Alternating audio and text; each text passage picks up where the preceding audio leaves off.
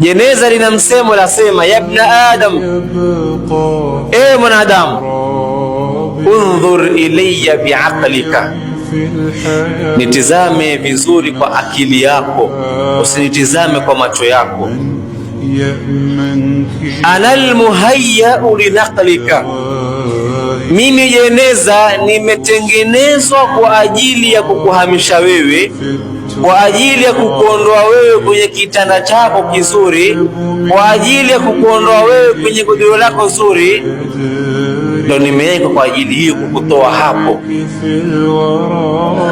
Kisha jeneza yasema, kam sara mithli bimithlika, wenzako kama wewe wangapi wamehamishwa na jeneza mimi, ama wamehamishwa na jeneza mwingine.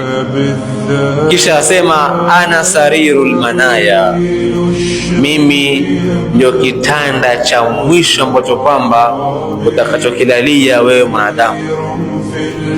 Hii ni siku ambayo kwamba kila mmoja wetu lazima ajiandae, siku ambayo kwamba mwili wako na roho yako zitawekwa kando.